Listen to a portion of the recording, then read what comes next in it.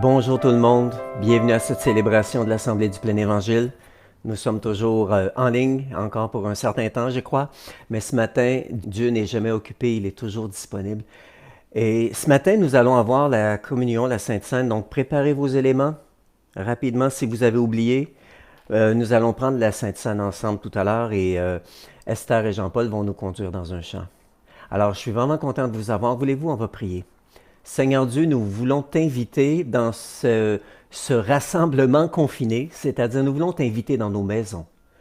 Viens Saint-Esprit, viens nous rencontrer ce matin, viens nous amener dans cette réalité dans laquelle tu désires que nous puissions saisir les choses qui sont célestes, qui sont différentes de la réalité terrestre dans laquelle nous sommes présentement. Merci Seigneur de venir te révéler à nous. Et Seigneur, nous voulons connecter avec toi, alors nous voulons t'apporter notre louange, notre reconnaissance, notre amour. Merci d'être avec nous. Amen. Amen. Donc, je vais laisser la place à Esther et Jean-Paul qui vont nous conduire en louange. Et prenez un moment, laissez de côté vos tâches, arrêtez tout. Sachez, arrêtez et sachez que je suis Dieu. Prenons un moment dans sa présence. Prenons un moment pour vraiment ressentir son esprit, son amour avec nous. Esther et Jean-Paul.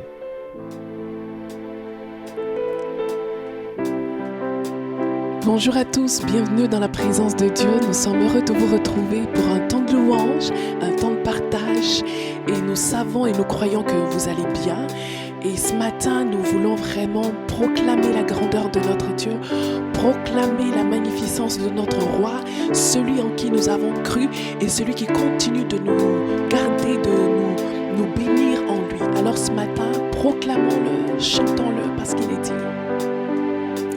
L'Éternel est bon, et nous le voyons.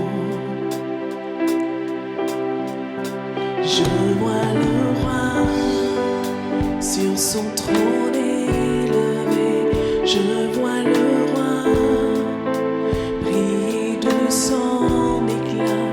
Je vois le roi dans sa souveraineté. Je vois le roi. Je vois le roi sur son trône élevé. Je vois le roi briller de son éclat. Je vois le roi dans sa souveraineté.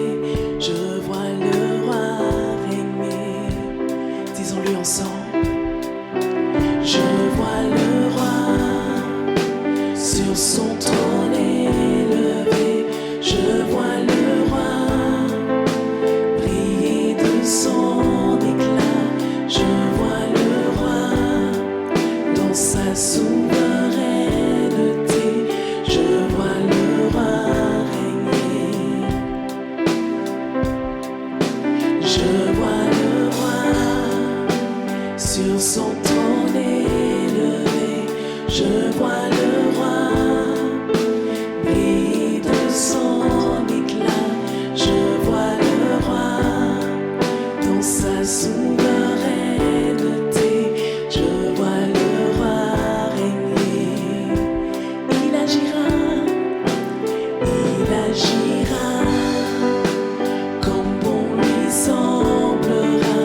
Je vois son règne que rien n'arrêtera. Et son royaume qui exulte de joie. Je vois le roi régner. Il agira comme bon lui semblera. Je vois son règne que rien n'arrêtera. Et son royaume qui exulte de joie. Je vois le roi régner. Au-dessus de tout, il règne. Jésus est son nom.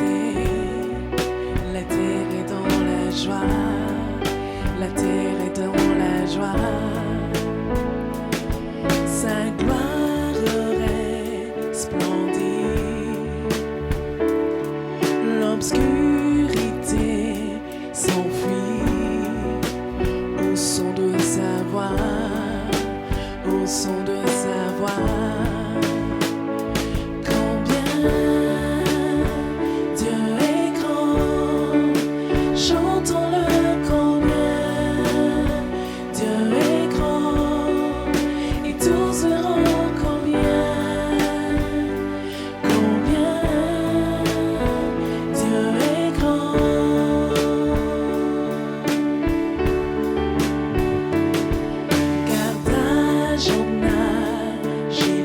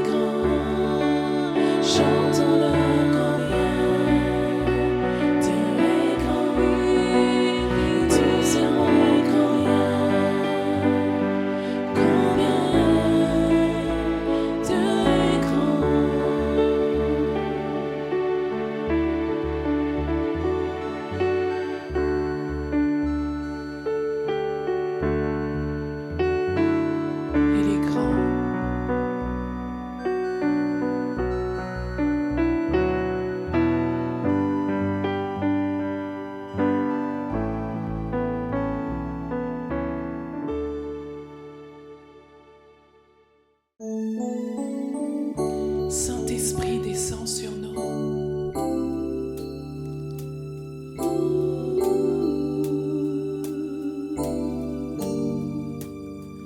Alléluia.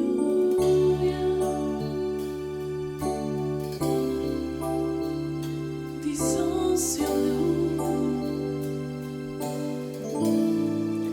Saint-Esprit, descend.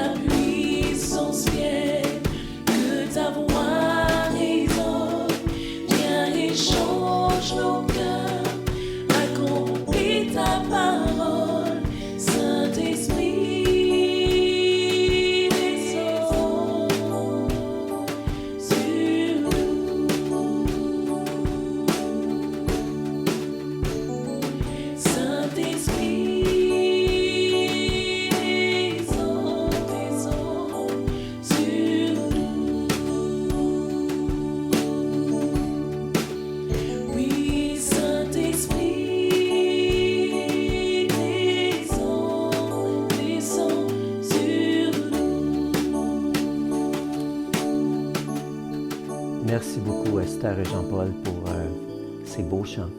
J'aimerais qu'on puisse tout de suite aller dans la parole. Si vous avez votre Bible avec vous, j'aimerais vous lire un passage, sinon lisez-le à l'écran. Dans Ésaïe chapitre 53, je le lis dans la version Semeur. Et voici ce que ça dit. En vérité, c'est de nos maladies qu'il s'est chargé, ce sont nos souffrances qu'il a prises sur lui, alors que nous pensions que Dieu l'avait puni, frappé et humilié. Mais c'est pour nos péchés qu'il a été percé, c'est pour nos fautes qu'il a été brisé. Le châtiment qui nous donne la paix est retombé sur lui, et c'est par ses blessures que nous sommes guéris. Nous étions tous errants, pareils à des brebis. Chacun de nous allait par son propre chemin. L'Éternel a fait retomber sur lui les fautes de nous tous. Et c'est un écrit qui a été écrit des centaines et des centaines d'années avant que Jésus soit sur terre. Mais Ésaïe, poussé par le Saint-Esprit, inspiré par le Saint-Esprit, parce que ce matin nous parlons du Saint-Esprit, a partagé ces paroles tellement précises sur l'œuvre que Jésus a accomplie. Je voulais vous les lire parce que lorsqu'on prend la Sainte Seine ensemble, c'est ça qu'on commémore.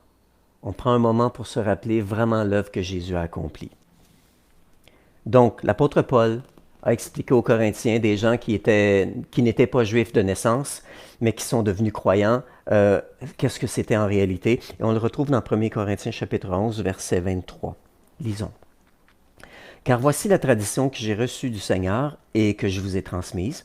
Le Seigneur Jésus, dans la nuit où il fut livré pour être mis à mort, prit du pain, et après avoir prononcé la prière de reconnaissance, il le rompit en disant, « Ceci est mon corps, il est pour vous, faites ceci en souvenir de moi. » De même, après le repas, il prit la coupe et dit, « Cette coupe est la nouvelle alliance, scellée de mon sang.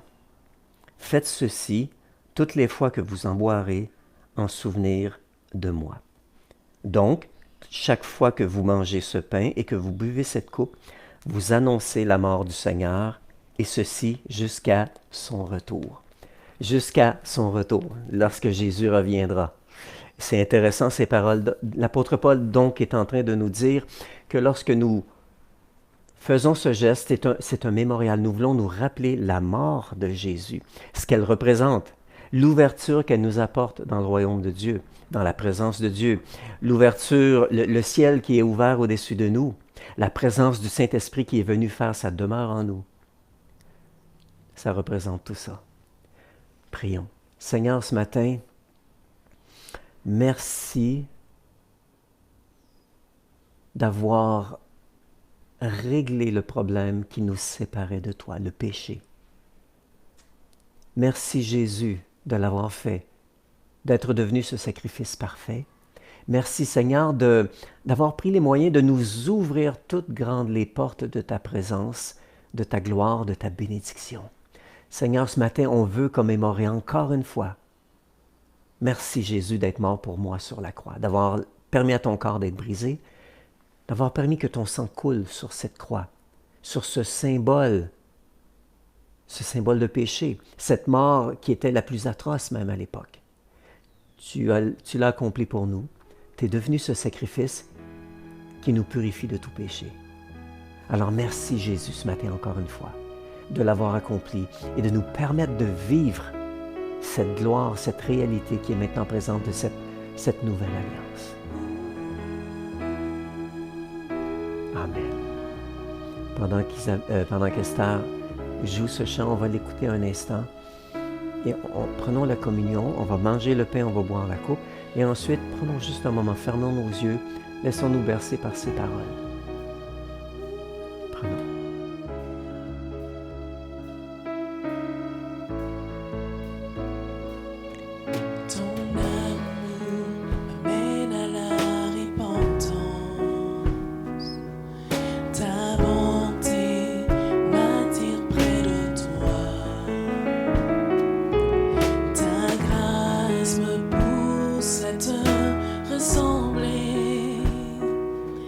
Ta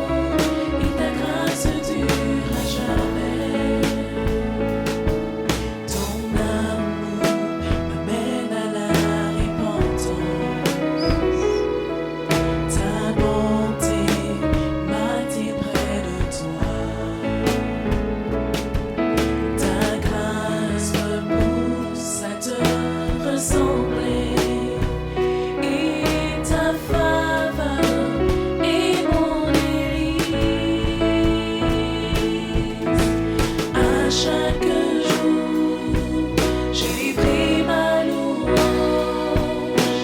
offrant le chant de mon cœur. Tu es bon, tu es bon, tu es bon, et ta grâce dure à jamais. Tu es bon, tu es bon, tu es bon, et ta grâce dure à jamais. Ton amour dure à jamais, ta bonté dure à jamais, ta grâce dure à jamais, à jamais. Ton amour dure à jamais, ta bonté dure à jamais, ta grâce dure à jamais, à jamais. Tu es bon, tu es bon, tu es bon, oui, et ta grâce dure à jamais. Tu es bon, tu es bon, tu es bon, et ta grâce dure à jamais. Cette semaine, en préparant le message, je me suis dit, si je regarde dans le Nouveau Testament, tous les endroits plutôt où on parle du Saint-Esprit, qu'est-ce qu'on va trouver? J'ai trouvé plus de 300 passages qui nous parlent du Saint-Esprit. Et je me suis dit, OK, qu'est-ce que je vais découvrir sur le Saint-Esprit à travers ces passages-là? Sur lui-même, le Saint-Esprit, son rôle dans la vie des croyants, comment les apôtres voyaient le Saint-Esprit, comment le Saint-Esprit agit dans la vie de Jésus, quelles sont les invitations de Dieu face au Saint-Esprit, les promesses, tout ça ensemble. Et j'ai découvert qu'il y a plus de 300 passages dans le Nouveau Testament qui nous parlent du Saint-Esprit. Et c'est riche. Wow! Et ce matin, on va juste glaner un tout petit peu les quelques points qui sont importants. Mais ça m'a amené à la réalisation que le titre de mon message ce matin, je ne peux pas passer à côté, c'est « Jamais sans le Saint-Esprit ».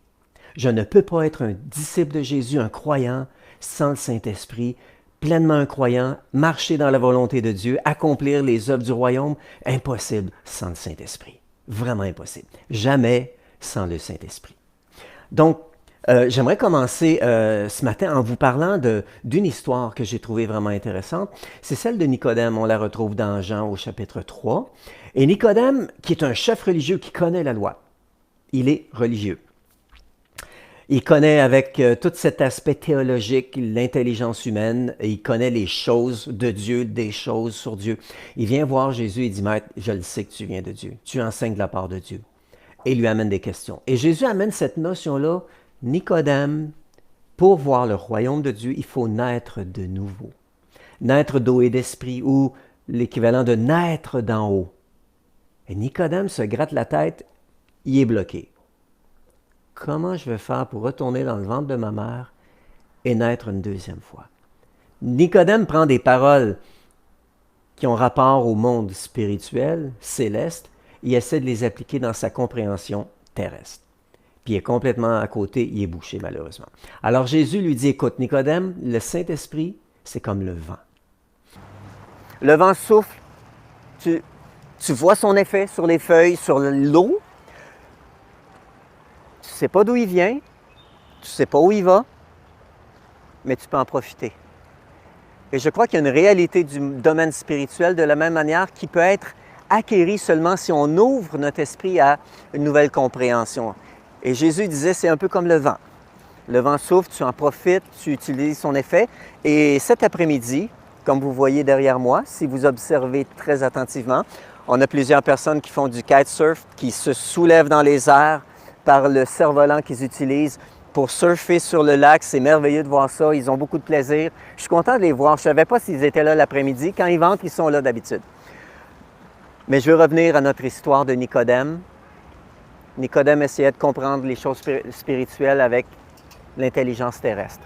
Et l'apôtre Paul a dit dans 1 Corinthiens chapitre 2, verset 10, on ne peut pas comprendre avec notre intelligence physique les choses de l'Esprit, les réalités de l'Esprit. Ça nous prend le Saint-Esprit. Alors qu'on parle du Saint-Esprit, assurons-nous de prendre conscience que pour recevoir le Saint-Esprit, pour recevoir sa plénitude, pour marcher dans l'Esprit, pour permettre au Saint-Esprit de nous parler, de nous accompagner, de nous restaurer, d'agir dans notre vie, on n'a pas besoin de tout comprendre. On a besoin d'embrasser cette réalité qui est autre que la réalité terrestre. On est en déconfinement et nos autorités ont dit on va se baser sur des faits scientifiques. Malheureusement, avec le Saint-Esprit, on ne découvre pas Dieu à travers des faits scientifiques, mais à travers une relation. Relation avec le Saint-Esprit. Invitez le Saint-Esprit dans votre vie, que sa plénitude vous remplisse. Soyez baptisés du Saint-Esprit. J'aimerais qu'on regarde ces passages, entre autres, que je viens de citer par cœur. Lisons ensemble. Donc Jésus dit, « L'Esprit, comme le vent, souffle où il veut, tu entends le bruit qu'il fait, mais tu ne sais pas d'où il vient, ni où il va. » Voilà ce qui se passe pour toute personne qui naît de l'Esprit de Dieu. Et c'est ici ce que Jésus explique à Nicodème pour essayer d'ouvrir son esprit.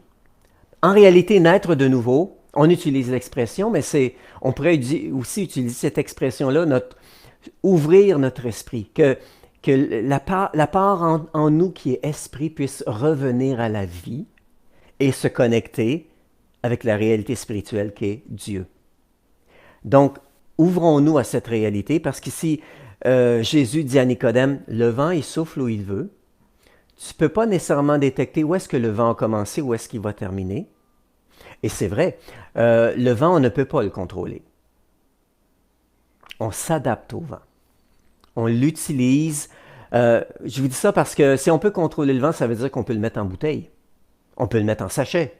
Je vais me garder une réserve de vent pour les jours où c'est trop chaud et il n'y a pas de vent. On va ouvrir la bouteille et puis on va avoir un bon vent.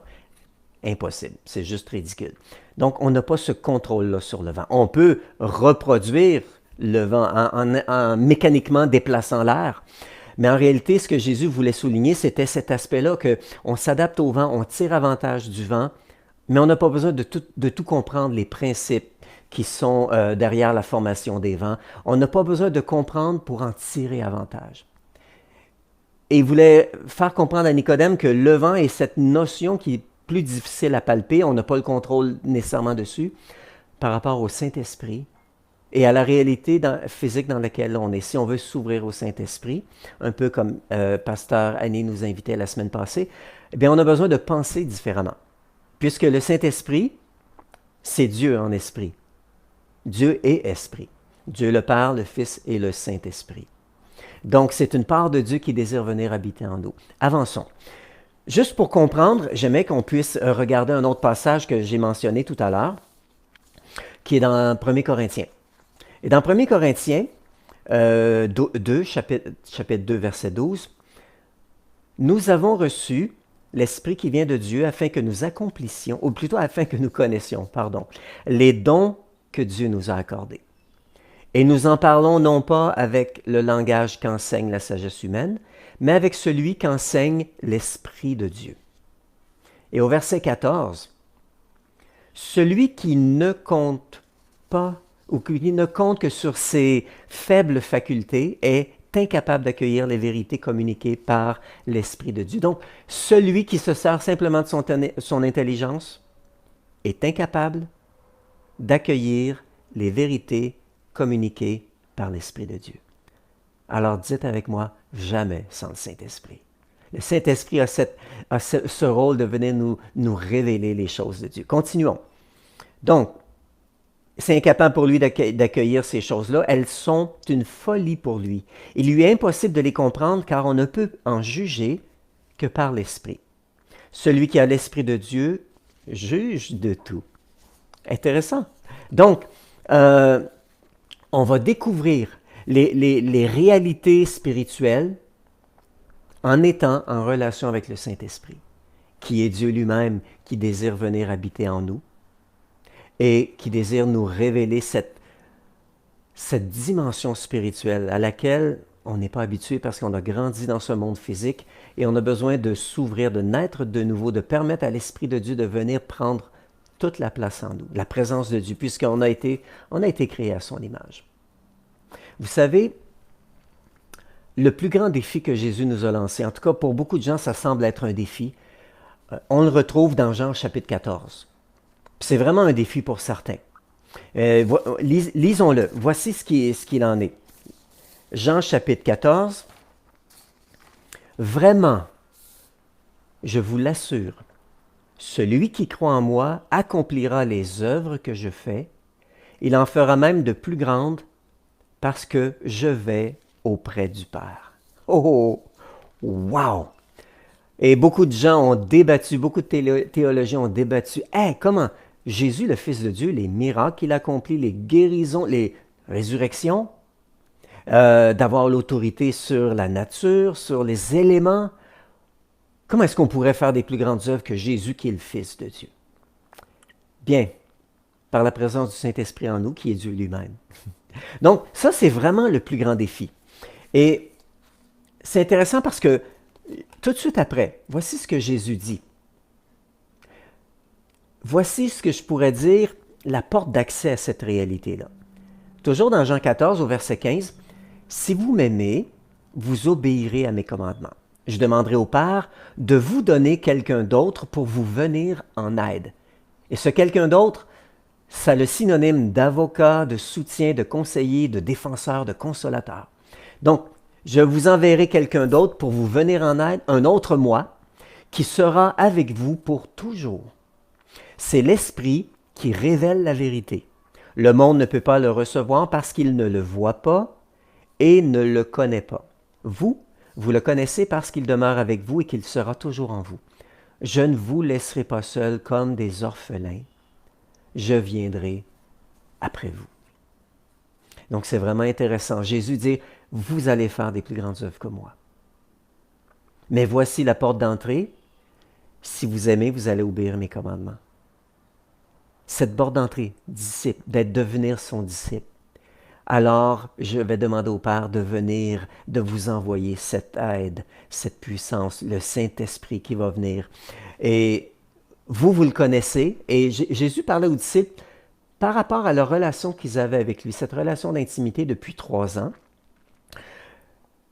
Et dans cette intimité-là, les disciples avaient pris connaissance, ou les disciples avaient été témoins régulièrement de la collaboration de Jésus, le Fils de Dieu, et du Saint-Esprit. Parce que Jésus a parlé à quelques reprises qu'il ne faisait rien de lui-même. Et Jésus, dans sa relation avec l'Esprit de Dieu, lorsqu'il est venu vivre la vie humaine sur terre, malgré qu'il était Fils de Dieu, il était 100% humain. Les disciples se sont habitués dans ce contexte-là au Saint-Esprit sans le connaître personnellement. Et Jésus dit, vous le connaissez. Parce que les disciples ont dit dans le même contexte, mais Jésus, comment se fait-il que tu vas te révéler à nous, mais les gens ne vont pas le connaître? Et Jésus amène cette notion-là, vous le connaissez parce qu'il demeure avec vous, il sera toujours en vous. Il va habiter en vous. À travers leur communion intime avec Jésus, les disciples se sont habitués à cette relation avec le Saint-Esprit. Et ils ont continué cette relation puisque Jésus dit, je vais venir vers vous. Il parle du Saint-Esprit qui va être là, qui est l'équivalent de lui-même, Jésus, qui va revenir à eux, qui ne laissera pas orphelins et qui ne nous laissera pas orphelins. Alors, vous pouvez dire avec moi, jamais sans le Saint-Esprit, parce que c'est trop merveilleux.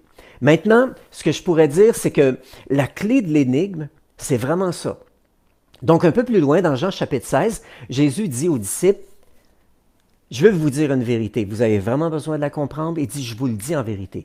Il vaut mieux pour vous que je m'en aille, car si je ne m'en vais pas, celui qui doit venir en aide, vous venir en aide, ne viendra pas à vous. Mais si je m'en vais, je vous l'enverrai. Wow! Jésus dit, on a passé 3 années ensemble. Vous avez vu tout ce que j'ai fait, comment j'ai accompli l'œuvre de Dieu dans ma relation avec le Saint-Esprit. Sachez que vous pensez avoir gagné le gros lot, d'avoir été enrôlé dans mon équipe de disciples, mais je vais vous dire une chose, il est mieux pour vous que je m'en aille. Pour votre croissance, votre épanouissement, c'est mieux pour vous que moi je m'en aille. Parce que si je m'en vais, je vais vous envoyer quelqu'un, le Saint-Esprit qui, lui, n'est plus limité par l'espace physique, qui n'a plus à marcher sur terre et qui est pleinement moi, puisqu'il dit, je vais revenir vers vous à travers le Saint-Esprit, en réalité. Donc, c'est vraiment intéressant parce que la clé de cette énigme pour vivre et marcher avec le Saint-Esprit, c'était premièrement que Jésus reparte, et c'est ce qu'il a fait. À travers tout ce que j'ai regardé dans le Nouveau Testament, voici ce que j'ai réalisé. Quelques points. On va essayer d'y aller rapidement. Comment le Saint-Esprit a agi dans la vie de Jésus?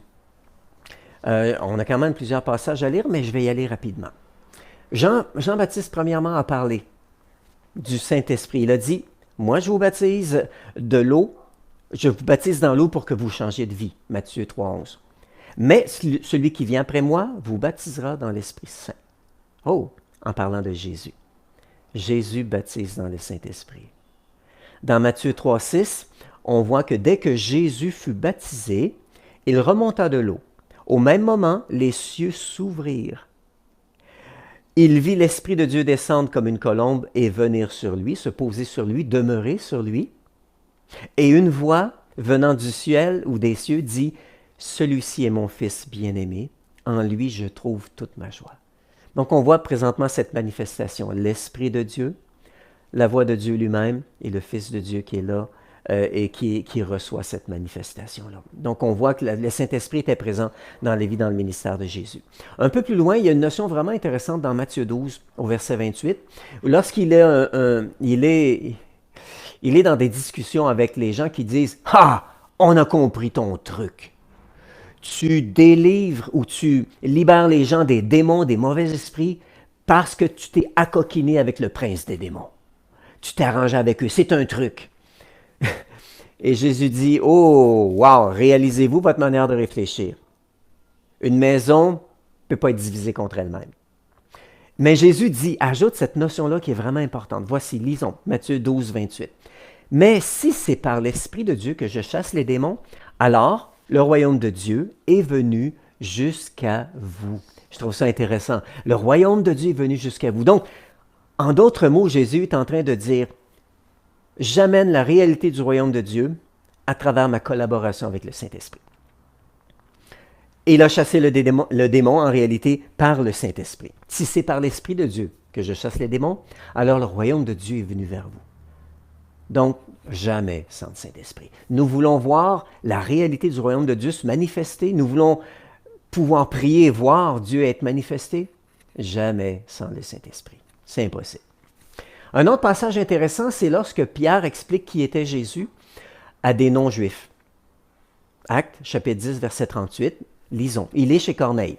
« Vous savez comment Dieu a déversé une onction de Saint-Esprit et de puissance sur Jésus Nazareth, qui allait de lieu en lieu, faisant le bien et guérissant tous ceux qui étaient sous la domination du diable, parce que Dieu était avec lui. » Je trouve ça encore intéressant. Pierre a cette compréhension.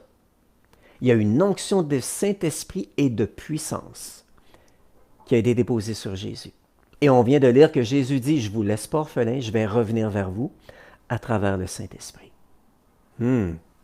Donc, le Saint-Esprit est en même temps ici synonyme de puissance, de capacité de faire arriver le royaume de Dieu, c'est-à-dire la volonté parfaite de Dieu dans des situations qui nous entourent.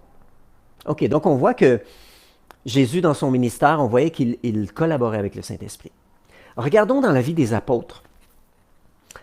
Ce qui est intéressant, c'est que Jésus lui-même a dit dans Jean chapitre 20, verset 22, « Recevez l'Esprit Saint. » Donc, on voit déjà cette notion au point de départ, « recevez ». On voit que Luc a expliqué dans l'évangile de Luc et dans les Actes à quel point Jésus a passé du temps avec les disciples. Et on y mentionne qu'il a passé 40 jours avec eux après sa résurrection pour leur parler du royaume, de tout ce qui concerne le royaume de Dieu. Et juste avant de partir, au moment où il doit partir, il leur avait donné ce commandement, « Allez, allez par tout le monde, faites des disciples, baptisez-le, etc. » Et là, Jésus, au lieu de leur dire « Allez », juste avant de partir, il dit « Ne vous éloignez pas de Jérusalem. » Lisons ensemble. Actes 1, 4, 5. « Ne vous éloignez pas de Jérusalem, mais attendez ce que le Père a promis. Et ce que je vous annonçais. Car Jean a baptisé dans l'eau, mais vous, dans peu de jours, vous serez baptisés dans l'Esprit Saint.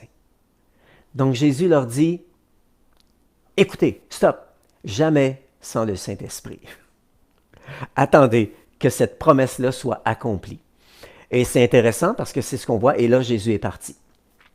Et on voit un peu plus loin dans Acte 2 où les disciples ont été fidèles, ils se sont rassemblés. Et on voit dans Acte 2, ce matin-là, il y a la manifestation de l'Esprit de Dieu qui vient. Et au verset 4, voici ce qu'on lit. Ils furent tous remplis de l'Esprit Saint, et ils se mirent à parler en d'autres langues selon ce que l'Esprit leur donnait de s'exprimer. Donc on voit que ce qui a lancé les disciples dans leur ministère, à la suite du ministère de Jésus, ça a été cet événement. La puissance du Saint-Esprit ou la plénitude du Saint-Esprit qui est venue, ils ont été baptisés. Littéralement, ce que ça veut dire, c'est, en anglais, on dirait soaker, trempés dans le Saint-Esprit. Le Saint-Esprit les a inondés. Non seulement le Saint-Esprit, sa présence était en eux, mais sa présence, il y a la notion qu'elle reposait sur eux, dans une plus grande mesure que simplement la présence du Saint-Esprit. C'était encore une plus grande mesure. Et donc, ils furent tous remplis du Saint-Esprit et ils se mirent à parler en différentes langues selon ce que l'Esprit leur permettait. Donc, ils ont obtenu un langage de prière. Et ce qui est intéressant, c'est que Jésus avait dit, vous recevrez une puissance. Acte 1:8, Jésus avait dit, vous recevrez une puissance, le Saint-Esprit, et vous serez mes témoins. On le voit dans cette promesse-là auparavant, le Saint-Esprit vient sur eux et tout de suite, ils sont témoins, ils se mettent à partager la parole de Dieu, la vérité de Dieu. Pierre se lève et se met à prêcher parce qu'il y a des milliers de personnes qui sont assemblées à Jérusalem lors de cette fête. On voit un peu plus loin dans Acte 4, une autre notion. Donc, voici comment les apôtres vivaient leur relation avec le Saint-Esprit. Acte 4, les apôtres se sont fait arrêter, on les a menacés, etc. Et lorsqu'ils reviennent rassemblés ensemble, ils décident de prier. Voici ce qu'ils décident de faire. Acte 4, verset 31. Donne à tes serviteurs d'annoncer ta parole avec une pleine assurance. Démontre ta puissance par des guérisons, que des signes extraordinaires et des prodiges s'accomplissent par le nom de ton serviteur Jésus, lui qui est saint. Tandis qu'ils priaient, l'endroit où ils étaient réunis trembla. Ils furent tous remplis de l'Esprit Saint et ils annonçaient la parole de Dieu avec assurance. Donc, on voit comment les apôtres ont vécu leur relation avec le Saint-Esprit. Donne. La première chose qu'on voit ici dans cette deuxième effusion, si je peux dire. Donc, ça nous laisse croire qu'on peut demander constamment au Saint-Esprit de nous remplir. Donc, ici, à cette deuxième effusion du Saint-Esprit qui est claire, ça commence avec les disciples qui disent « Seigneur, donne à tes serviteurs d'annoncer ta parole avec assurance, mais surtout démontre ta puissance. » Ils demandent l'assurance, ils demandent la puissance. Je crois que ça plaît à Dieu parce qu'ils veulent qu'il y ait des prodiges, des miracles et la manifestation de la puissance, de la présence de Dieu. Et kaboum, le Saint-Esprit descend sur eux. Ils sont remplis du Saint-Esprit et le résultat, ils prêchent avec assurance. Comment maintenant les apôtres voyaient ça pour les autres? Premièrement, je dirais que les apôtres réalisaient qu'il faut prier puis qu'il faut recevoir. Il y a cette notion de désirer recevoir. On a un exemple, Paul, lorsqu'il rencontre à Éphèse des croyants, il leur demande « Avez-vous reçu le Saint-Esprit lorsque vous avez cru? » Ou « Depuis que vous avez cru » de Acte 19, verset 2. Avez-vous reçu le Saint-Esprit depuis que vous avez cru? Est-ce que je peux vous poser cette question ce matin? Avez-vous reçu le Saint-Esprit? Avez-vous permis à la plénitude du Saint-Esprit de vous baptiser? Avez-vous reçu votre langage de prière? Je vous le demande parce que jamais sans le Saint-Esprit. Nous voulons accomplir de grandes choses et nous voyons que dans la vie des apôtres, c'est ce qui s'est passé. Et ce que les apôtres ont transmis, l'apôtre Paul rencontre des gens et leur dit « Avez-vous reçu le Saint-Esprit? » C'est la première chose qu'il leur demande. C'est assez spécial. Et on voit qu'ils avaient cette compréhension-là de prier, de le désirer. On voit premièrement dans Acte 8, on voit Pierre qui est à Samarie. Et Pierre et Jean, lorsqu'ils voient que les Samaritains ont reçu la parole de Dieu, ils désirent prier pour eux. Donc ils voient qu'ils ont reçu le salut en Jésus-Christ, ils ont accepté le Messie. La première chose qu'ils prient pour eux, verset 17, lisons. Pierre et Jean posèrent les mains sur eux et ils reçurent l'Esprit Saint. Donc, la chose à faire qu'ils ont fait devant des gens qui ne connaissaient pas la réalité de Dieu, ils étaient samaritains, ils vont prier pour eux. Ce qu'on a, on veut que vous l'ayez aussi. Recevez le Saint-Esprit. Ils ont prié dans ce sens et le Saint-Esprit, ils l'ont reçu. L'apôtre Paul, dans Acte 19, lorsqu'il est avec les Éphésiens, et qu'il, de la même manière, il leur demande, avez-vous reçu le Saint-Esprit? Voici sa réaction. Verset 6, lisons. Lorsque Paul posa les mains sur eux, l'Esprit Saint vint sur eux, et ils se mirent à parler en langue et à prophétiser. Encore une fois, c'est intéressant. On voit que l'apôtre Paul était conscient que on reçoit par la prière. Dans la communion du Saint-Esprit ou dans la communion avec Dieu, on reçoit le cadeau que Dieu a pour nous. Donc, il prie pour eux, ils reçoivent le Saint-Esprit. Mais en même temps, comme on vient de voir dans Acte 4, les apôtres ont eux-mêmes demandé, « Seigneur, donne-nous d'annoncer avec assurance. Seigneur, manifeste ta puissance. » Il n'y a personne qui leur a imposé les mains, le Saint-Esprit est venu sur eux. Je vais vous faire comprendre en même temps que on doit faire attention. Parce que là, le danger qui se présente à vous présentement, c'est de me suivre et de m'écouter avec votre intelligence. Mon désir, c'est que vous ouvriez votre cœur.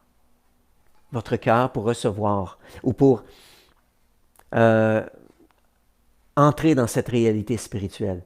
Le Saint-Esprit veut vous remplir. Le Saint-Esprit veut faire sa demeure en vous. Le Saint-Esprit vit déjà en vous lorsque vous acceptez, lorsque vous naissez de nouveau, naître de l'Esprit. Notre esprit retrouve cette communion-là avec le Saint-Esprit, mais le Saint-Esprit veut plus. Il veut cette plénitude. Il veut habiter dans toute la plénitude en nous. Il veut que sa puissance repose sur nous. Et lorsque les disciples, les apôtres l'ont demandé, le Saint-Esprit est venu sur eux. On voit que pour les apôtres, d'être remplis du Saint-Esprit est important. Cette notion-là de plénitude, comme je parle, lorsqu'ils ont choisi les diacres, acte 6, ils ont dit, choisissez des hommes remplis de l'Esprit Saint. Lorsqu'Ananias est allé voir l'apôtre Paul, qui s'appelait encore Saul, pour prier pour lui, il dit, Dieu m'a envoyé pour que tu sois sauvé et que tu sois rempli de l'Esprit Saint. Un peu plus loin, dans Acte 11, Barnabas, ça nous parle qu'il était un homme bon et rempli de l'Esprit Saint. Un peu plus loin, dans Acte 13, au verset 9, ça dit « Alors Saul, appelé aussi Paul, rempli de l'Esprit Saint, on le voit agir en étant en collaboration avec le Saint-Esprit. » Donc, on voit que les apôtres, la notion d'être rempli de l'Esprit était importante pour eux. Et ce n'était pas simplement « Oh Saint-Esprit, tu connais mon adresse, si tu veux me bénir, tu sais où me trouver. » Non, ils avaient ce désir-là de marcher dans la plénitude du Saint-Esprit. Et on voit un autre aspect que j'ai trouvé intéressant, c'est qu'on voit que les apôtres étaient en relation avec le Saint-Esprit. Donc, on voit dans Acte 1:8 cette fameuse promesse, vous recevrez une puissance lorsque le Saint-Esprit viendra sur vous. Dans leur relation avec le Saint-Esprit, ils étaient conscients de cette puissance. Dans Acte 4, ils furent tous remplis du Saint-Esprit, ils annonçaient la parole avec assurance. C'est-à-dire, ils avaient cette assurance et ils savaient que ça reposait sur le Saint-Esprit, leur relation avec le Saint-Esprit. On voit Philippe dans Acte 8, comme le pasteur Frank a partagé les 2 dernières fois, l'Esprit dit à Philippe, approche-toi de ce char. Philippe était en relation avec le Saint-Esprit. Un peu plus loin dans Acte 8, verset 39, l'Esprit du Seigneur enleva Philippe, puis Philippe se retrouva à Azote, qui était une 50aine de kilomètres plus loin. Transportation céleste. Wow! Et pour Philippe, c'était normal. Arrivé à Azote, qu'est-ce qu'il fait? Il prêche l'Évangile. Ah, cool! Je viens de m'économiser 50 kilomètres de marche. Merci, Saint-Esprit. Il y avait cette collaboration-là. Un peu plus loin, dans Acte 9, lorsque Luc fait un rapport sur la croissance de l'Église, Acte 9, 31, l'Église s'accroissait grâce à l'aide de l'Esprit Saint. Et il y avait aussi cette notion-là qu'on est en relation avec le Saint-Esprit. L'apôtre Pierre a accusé Ananias, « Tu as menti à l'Esprit Saint. » C'est pas à moi que tu as menti, c'est à l'Esprit Saint. Un peu plus loin, lorsqu'il retrouve son épouse, Saphira, il lui dit, « Mais comment avez-vous donc pu décider ensemble de défier l'Esprit du Seigneur ou de tenter l'Esprit du Seigneur, de le défier? » Donc pour eux, l'Esprit Saint était réel. Un peu plus loin, dans Acte 7, Étienne mentionne aux gens qui l'écoutaient, « Réalisez-vous, vous résistez toujours à l'Esprit Saint ou à l'Esprit de Dieu. Dans Acte 13, on a l'apôtre Paul, et ça nous dit que Paul et Silas et les autres, pendant qu'ils célébraient le culte du Seigneur et qu'ils jeûnaient, l'Esprit Saint leur dit. Et juste un peu plus loin, ça c'est le verset 2, au verset 4, « Ainsi, envoyés en mission par l'Esprit Saint. » Réalisez-vous cette notion qu'ils avaient du Saint-Esprit, une pleine collaboration. En Acte 16, l'apôtre Paul mentionne, ou Luc qui est avec l'apôtre Paul, empêchés par le Saint-Esprit. Le Saint-Esprit nous a empêchés d'aller dans une direction. Un peu plus loin dans Acte 21, ça nous mentionne clairement que le Saint-Esprit a averti. Ils ont été avertis par le Saint-Esprit de ce qui allait arriver. Mais, mon passage préféré qui illustre bien cette relation, cette collaboration avec le Saint-Esprit, c'est dans Acte 15, verset 28. Je vais aller très rapidement pour les autres versets, celui-là on va le regarder. Au Acte chapitre 15, verset 28. « Il a paru bon au Saint-Esprit et à nous. » Voyez dans la version Nouvelle Français Courant, Nouvelle Édition Français Courant, « L'Esprit Saint et nous-mêmes avons décidé. » Je trouve ça cool. C'est vraiment cool. Au point où je peux vraiment dire jamais sans le Saint-Esprit. Jamais. Donc, les apôtres, on voit dans ce que je viens de lire, on parle de recevoir, on parle que le Saint-Esprit dit, on parle qu'on peut lui mentir, on peut le défier, on peut lui résister. On voit clairement que le Saint-Esprit envoie, que le Saint-Esprit peut nous empêcher, que le Saint-Esprit nous avertit. On voit ici dans Acte 15, verset 28, qu'on collabore avec le Saint-Esprit. Donc, ensemble, on prend une décision. Wow! Le Saint-Esprit, la présence de Dieu en nous, à travers son Saint-Esprit, nous permet de collaborer avec Dieu et de puiser dans cette sagesse infinie les éléments pour prendre les meilleures décisions en étant inspiré par le cœur de Dieu. C'est à peu près ça. On voit plus loin, l'apôtre Paul parle qu'on peut attrister le Saint-Esprit, on peut éteindre le Saint-Esprit. Rapidement, continuons. Ce qui est important pour nous ce matin, c'est mais qu'est-ce que le Saint-Esprit fait dans notre vie? On a vu ici un peu dans la vie de Jésus, dans la vie des apôtres, dans notre vie à nous. Dans notre vie à nous, comment est-ce qu'on devrait anticiper le Saint-Esprit? Première, je vais aller simple. Ce que je vous partage ce matin, c'est vraiment pas élaboré dans le sens que je vous ai partagé peut-être 20-25 versets sur 300 quelques. C'est pas complet. Mais il y a des choses vraiment importantes. Le Saint-Esprit dans notre vie. Vous voulez plus de la place du Saint-Esprit dans votre vie? Vous voulez la plénitude du Saint-Esprit dans votre vie? Premièrement, première réalisation. 1 Corinthiens 6, verset 19 nous dit « Votre corps est le temple du Saint-Esprit. » Réalisez-vous ce que ça veut dire? Le Saint-Esprit vit en moi. J'ai besoin de prendre conscience dans ce que je regarde, ce que j'écoute, les endroits où je vais, ce que je pense, parce que le Saint-Esprit est en moi, ce que je dis, je déclare, comment je traite les gens. Le Saint-Esprit est toujours là. Et c'est pour ça que l'apôtre Paul parle qu'on peut l'attrister, on peut l'éteindre. Donc, vous voulez plus du Saint-Esprit? Prenons conscience qu'il vit en nous. Et qui désire que cette plénitude de puissance repose aussi sur nous. Donc, Jésus a parlé à ses disciples, « Si vous m'aimez, vous allez garder mes commandements. » Et c'est la porte d'entrée. Cet amour-là de Dieu, de découvrir qui est Dieu. Donc, première réalisation, le Saint-Esprit vit en toi. Donc, qu'est-ce que tu as permis au Saint-Esprit de voir? Qu'est-ce que tu as permis au Saint-Esprit d'entendre? Qu'est-ce que tu as permis au Saint-Esprit de voir passer dans tes pensées? Donc, première notion, je dirais, de respecter. Saint-Esprit, tu vis en moi. Wow! Je veux explorer cette réalité-là. Une autre chose importante, comment le Saint-Esprit agit dans notre vie? Bien, l'apôtre Paul a parlé de la preuve de notre relation avec le Saint-Esprit. C'est un autre beau passage que j'aimerais lire dans la Nouvelle Français Courant, dans Galates chapitre 5, verset 22. « Voici la preuve de notre relation intime avec le Saint-Esprit. Ce que l'Esprit Saint produit, c'est l'amour, la joie, la paix, la patience, la bienveillance, la bonté, la fidélité, la douceur, la maîtrise de soi. Wow! Lorsqu'on entretient cette relation intime avec le Saint-Esprit qui vit en nous, c'est ce qui va se passer dans notre vie. Voici la preuve. Le fruit de l'Esprit va se développer dans notre vie. Donc, la présence du Saint-Esprit dans notre vie, on est sa demeure, et il va nous marquer lorsqu'on développe notre relation avec lui. Et une autre chose qui est vraiment cool, je peux le dire, je suis à la maison, certains vont dire « Oh, on n'utilise pas ce mot-là dans l'Église. » Oui, avec le Seigneur, jamais sans le Saint-Esprit, il est trop cool. L'autre aspect, c'est que le Saint-Esprit a des cadeaux à nous offrir. Le Saint-Esprit nous offre des cadeaux. Pourquoi passer à côté? Jamais sans le Saint-Esprit. 1 Corinthiens chapitre 12.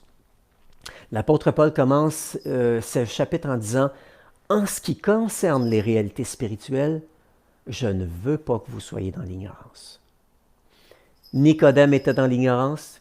Jésus essaie de lui faire comprendre que le Saint-Esprit est une réalité différente de la réalité physique, mais pourtant réelle.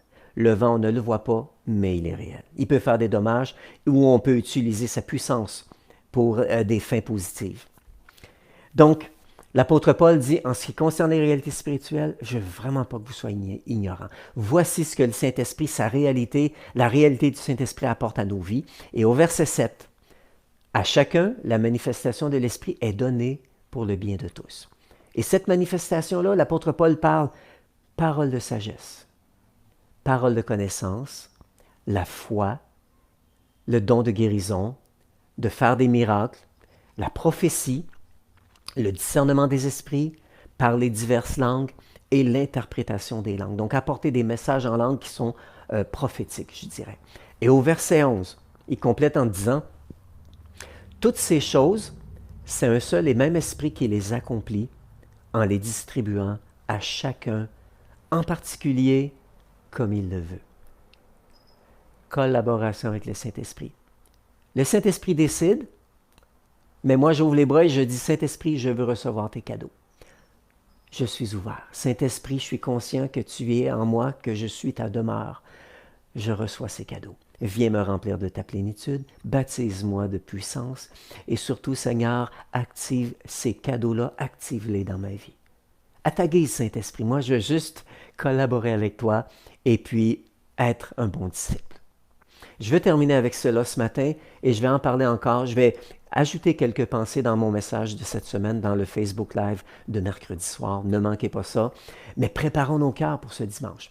Le dernier aspect que je voulais vous parler, c'est l'invitation à recevoir la plénitude. Cette invitation, je la réitère. Pasteur Annie en a parlé dimanche passé dans son message, mais je dois le ramener parce que on parle de la réalité et de la puissance du Saint-Esprit. J'ai parlé un peu, j'ai brossé rapidement un peu ce que le Saint-Esprit fait, comment les disciples, Jésus était en relation avec le Saint-Esprit, comment ils voyaient cette collaboration avec le Saint-Esprit. Nous et le Saint-Esprit, nous avons décidé. Moi, j'aime ça. Et maintenant, je veux que vous compreniez que ça, c'est pas seulement pour une élite. Ce n'est pas pour les plus spirituels. C'est une invitation à tous. Jésus t'invite à recevoir. Je termine avec ce passage et on va prier. Jean chapitre 7, verset 37, lisons. « Si quelqu'un a soif, qu'il vienne à moi et qu'il boive. Celui qui croit en moi, comme dit l'Écriture, des fleuves d'eau vive jailliront de son cœur. » Jésus disait cela à propos de l'Esprit de Dieu que ceux qui croyaient en lui allaient recevoir. Et nous croyons en lui. Jésus est retourné vers le Père. Il nous a envoyé cette promesse. C'est accompli depuis 2000 ans. La promesse est toujours valide en 2020. Recevez cette puissance. C'est pour chacun d'entre nous. Et c'est très simple. C'est très simple. Prenons conscience que je suis son habitation. Prenons conscience que le Saint-Esprit désire une relation avec moi. Prenons conscience que le Saint-Esprit désire déverser une plénitude, un baptême de puissance qui va m'équiper pour pleinement le servir, pour pleinement collaborer avec lui, pour voir des miracles, des guérisons dans un plus grand nombre, si je peux dire, pour pouvoir discerner encore mieux sa présence, sa parole ou sa douce voix, pour être dirigés par lui.